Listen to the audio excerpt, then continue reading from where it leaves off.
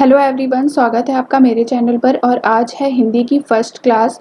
और इस चैनल पर आपको सीटेट, यूपीटेट, सुपरटेट जितने भी शिक्षक भर्ती हैं, शिक्षकों के एग्ज़ाम हैं, उन सभी से रिलेटेड वीडियोस मिलेंगी। तो आज से हम हिंदी का चैप्टर्स स्टार्ट कर रहे हैं और सबसे पहला हमारा टॉपिक है हिंदी भाषा। तो चलिए वीडियो को स्टार्ट करते हैं। तो सबसे पहले हम देखेंगे भाषा के बारे में।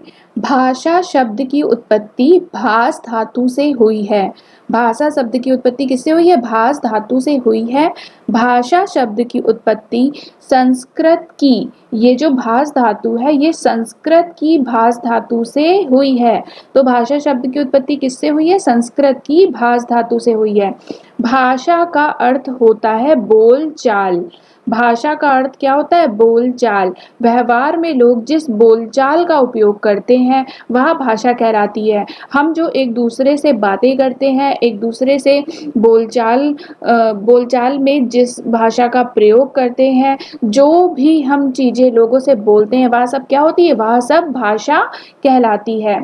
तो यहाँ देखते हैं भाषा की सबसे छोटी इकाई। कई बार एग्जाम में पूछा गया है कि भाषा की सबसे छोटी इकाई क्या कहलाती है? तो भाषा की सबसे छोटी इकाई वर्ण और ध्वनि कहलाती है। भाषा की सबसे छोटी इकाई कौन सी होती है? वर्ण या ध्वनि होती है।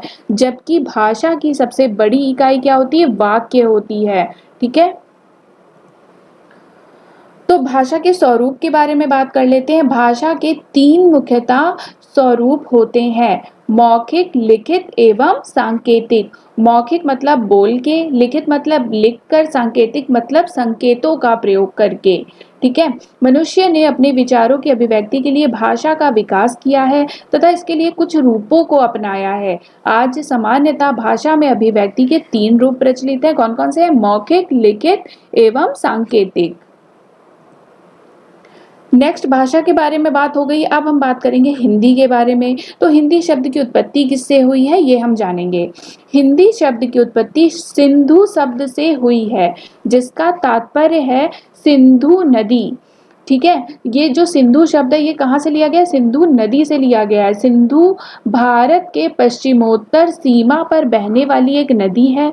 इस नदी के आसपास के प्रदेशों, भू क्षेत्रों को सिंधु प्रदेश या सिंधु क्षेत्र कहलाता है। जो सिंधु नदी है उसके आसपास का जो इलाका है वो क्या कहलाता है? सिंधु प्रदेश या सिंधु क्षेत्र कहलाता है। ईरानी का इक प्रत्यय जुड़कर हिंदिक शब्द बना है, जिसका अर्थ होता है हिंद का वासी।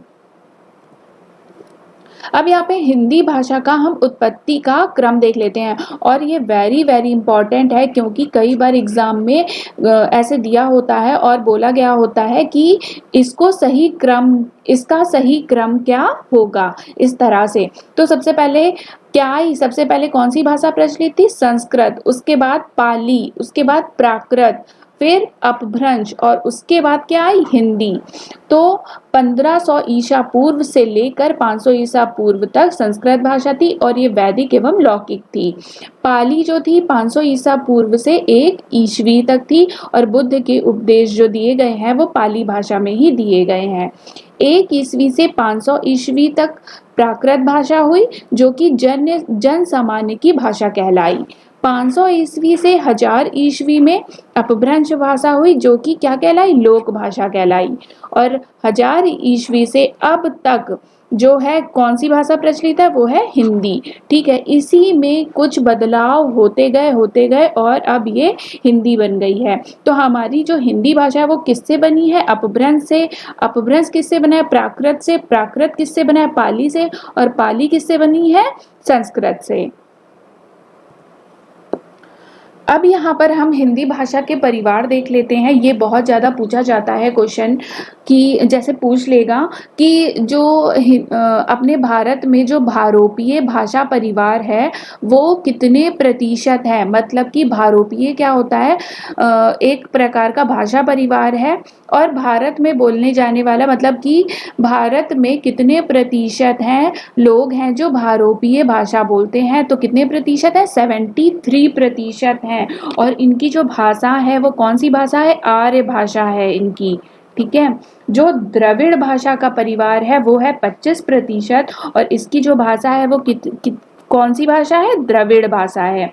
जो ऑस्ट्रिक है इसका प्रतिशत है 1.3% और ये कौन सी भाषा बोलते हैं? मुंडा भाषा बोलते हैं। और चीनी तिब्बती जो परिवार है वो है 0.7% और ये कौन सी भाषा बोलते हैं? ये बोलते हैं तिब्बती भाषा। ठीक है, तो क्वेश्चन इस तरह से पूछा जा सकता है कि भारत में सबसे ज्यादा कौन सा भाषा परिवार है? तो हो जाएगा भारोपीय। अब जान लेते हैं हम हिंदी भाषा के बारे में। हिंदी विश्व की एक प्रमुख भाषा है तथा भारत की राजभाषा है।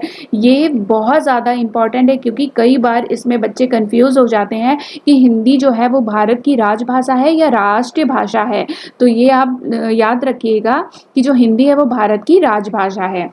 केंद्रीय स्तर पर भारत में दूसरी आधिकारिक भाषा अंग्रेजी है। हिंदी भारत की राष्ट्रीय भाषा नहीं है क्योंकि भारत के संविधान में किसी भी भाषा को ऐसा दर्जा नहीं दिया गया है। यहाँ पे साफ साफ लिखा है कि जो हिंदी है वो भारत की राष्ट्रीय भाषा नहीं है। हिंदी भाषा का वर्णन भारतीय संविधान के भाग 17 एवं 8वीं अनुसूची में अनुच्छेद 343 से 351 में है। ये भी इम्पोर्टेंट है आपके एग्जाम के पॉइंट ऑफ व्यू से, तो याद रखिएगा। अब आते हैं हम इसके MCQ पर। तो पहला क्वेश्चन है, हिंदी किस भाषा परिवार की भाषा है? तो हमारी हिंदी जो है वो भारोपीय भाषा परिवार की भाषा है। भारत में सबसे अधिक बोले जाने वाली भाषा कौन सी है? तो अपने देश भारत में सबसे अधिक कौन सी भाषा बोली जाती है? हिंदी बोली जाती है। हिंदी भाषा का जन्म किससे हुआ है? वो चार्ट आपको याद कर लेना है। तो हिंदी भाषा का जन्म किससे हुआ है? सबसे पहले आप चार्ट याद करो। पहले क्या आई? पहले आई संस्कृत, फिर क्या आई? फिर आई पाली, फिर आई प्राकृत, फिर आई अपभ्रंश, फिर आई हिंदी। तो यहाँ पर कौन सा ऑप्शन सही हो जाएगा? अपभ्रंश से। निम्न में से कौन सी बोली अथवा भाषा हिंदी के अंतर्गत नहीं आती है? कन्नौजी आती है, बांगरू आती है, अवधी आती है, लेकिन ये जो तेलुगु है ये नहीं आती है। भारतवर्ष में हिंदी को आप किस वर्ग में रखेंगे? तो अभी बताया था कि हिंदी राष्ट्रीय भाषा नहीं है, ये क्या है? राजभाषा है। निम्न में से कौन सी भाषा संस्कृत भाषा की अपभ्रंश है? तो संस्कृत भाषा की अपभ्रंश क्या होगी? पाली। कैसे होगी वो मैं आपको बता देती हूँ। जैसे कि संस्कृत के बाद क्या आई थी? पाली। पाली आई थी ना, तो फिर यहाँ पर राइट आंसर क्या हो जाएगा? पाली। और पाली के बाद क्या आया था? प्राकृत। प्राकृत के बाद क्या आया था? अपभ्रंश। और अपभ्रंश के बाद क्या आया था? हिंदी। ये चार्ट आप याद कर लीजिए अच्छे से, इससे बहुत ज्यादा क्वेश्चन बनते हैं एग्जाम में। अधिकतर भारतीय भाषाओं का विकास किस लिपि से हुआ है? तो अधिकतर भारतीय भाषाओं का विकास ब्राह्मी लिपि से हुआ है। हिंदी भाषा किस लिपि में लिखी जाती है? तो हिंदी भाषा किस लिपि में लिखी जाती है? देवनागरी लिपि में। वर्तमान हिंदी का प्रचलित रूप है। वर्तमान में हिंदी का कौन सा प्रचलित रूप है? अवधी, व्रजभाषा, खड़ी बोली या देवनागरी? तो वर्तमान में हिंदी का प्रचलित रूप है खड़ी बोली। भारतीय संविधान में किन अनुच्छेदों में राजभाषा संबंधी प्रावधानों का उल्लेख है? ये मैंने आपको स्टार्टिंग में ही बताया था, 343 से 351 तक। हिंदी भाषा के विकास का सही अनुक्रम कौन सा है? इसी प्रकार के क्वेश्चन बनते हैं उस तरह के चार्ट से। तो सबसे पहले कौन सी भाषा थी? सबसे पहले संस्कृत थी ना, तो इसमें संस्कृत तो है नहीं, तो संस्कृत के बाद कौन सी थी? पाली थी। पाली के बाद प्राकृत, प्राकृत के बाद अपभ्रंश, अपभ्रंश के बाद हिंदी। तो कौन सा आंसर सही हो जाएगा? ऑप्शन ए सही हो जाएगा। भाषाई आधार पर सर्वप्रथम किस राज्य का गठन हुआ? तो भाषाई आधार पर सर्वप्रथम आंध्र प्रदेश का गठन हुआ था।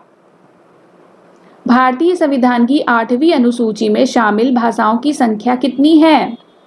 तो भारतीय संविधान की 8वीं अनुसूची में टोटल 22 भाषाएं शामिल हैं।